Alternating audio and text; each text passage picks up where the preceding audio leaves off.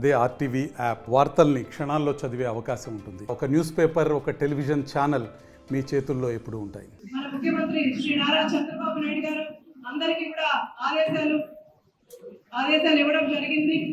ఏ నాయకుడైతే కార్యకర్తల బలం ఉంటుందో ఆ నాయకుడే మండల ప్రెసిడెంట్ గా నిలబెట్టమని ప్రతి ఒక్క కార్యకర్తకి నిర్ణయం చెప్పే అవకాశాన్ని మన ముఖ్యమంత్రి శ్రీ నారా చంద్రబాబు నాయుడు గారు ఇచ్చారు. ఆయన ఆదేశాల మేరకు ఈ రోజు ప్రతి ఒక్క కార్యకర్తని ఈ రోజు పిలవడం జరిగింది.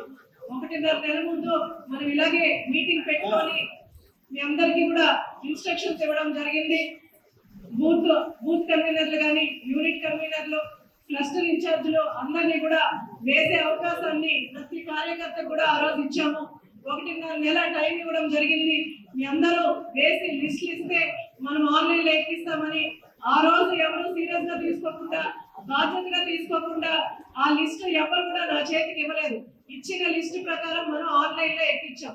ఈ రోజు వచ్చి మేము ఇచ్చిన పేరు రాయలేదు, మేము ఇచ్చిన బూత్ కన్వీనర్ లేరు, ఎవరికి ఇచ్చారో ఎలా ఇచ్చారో చెప్పండి. ఈ రోజు కూడా మీకు అవకాశం ఇస్తున్నాం.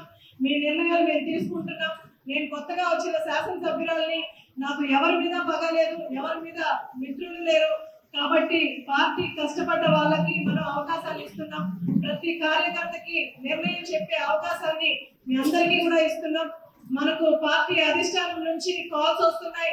ఇంకా యూనిట్ ఇన్ఛార్జీలు, బూత్ ఇన్ఛార్జీలు అందరినీ కూడా వేయలేదని మనకు పార్టీ నుంచి ప్రెషర్ రావడం వల్ల మనం అన్ని కూడా ఫిల్ చేయడం జరిగింది. ఈ రోజు సాయంత్రం వరకు కూడా నేను అందరికీ టైం ఇస్తున్నాను. ఏదన్నా చేంజెస్ ఉంటే తప్పకుండా పర్సనల్ గా నాకు తెచ్చి లిస్ట్ ఇవ్వండి.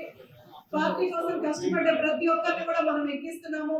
అలాగే పార్టీ కార్యక్రమాలకు కూడా మెంబర్షిప్స్ కావచ్చు, ఇప్పుడు జరిగే సుపరిపాలన తొలి ఏడుపు కార్యక్రమాలు కావచ్చు, తెలుగుదేశం ప్రతి కార్యకర్త కూడా బాధ్యతగా తీసుకొని చేయాలి. అంతేగాని మాకు వాళ్ళు చెప్పలేదు, వీళ్ళు చెప్పలేదు అని సాకులు చెప్పడానికి లేదు.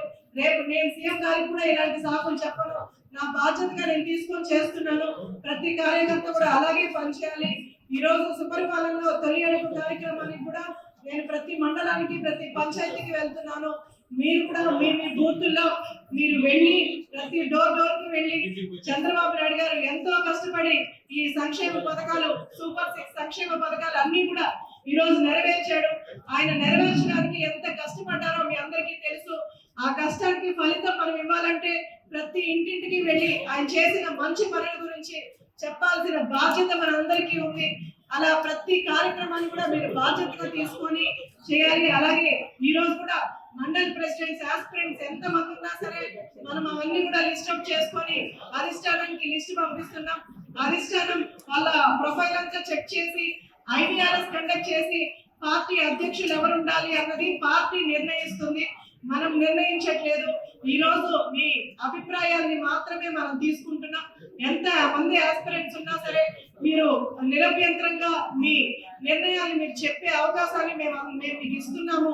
మంచి అబ్జర్వర్ గారు ఉన్నారు, ప్రతి విషయాన్ని అర్థం చేసుకుంటున్నారు. నేను మీకు అవకాశం ఇస్తున్నాను. మీ అభిప్రాయాలు తెలియజేయండి. ఎలాంటి గొడవ లేకుండా తెలుగుదేశం కార్యకర్తలు అంటే, నాయకులు అంటే క్రమశిక్షణ ఉంటుందని ప్రతి ఒక్కరు కూడా చెప్పుకుంటారు. ఈ రోజు మనం గెలవడానికి కారణం కూడా మనకున్న క్రమశిక్షణే.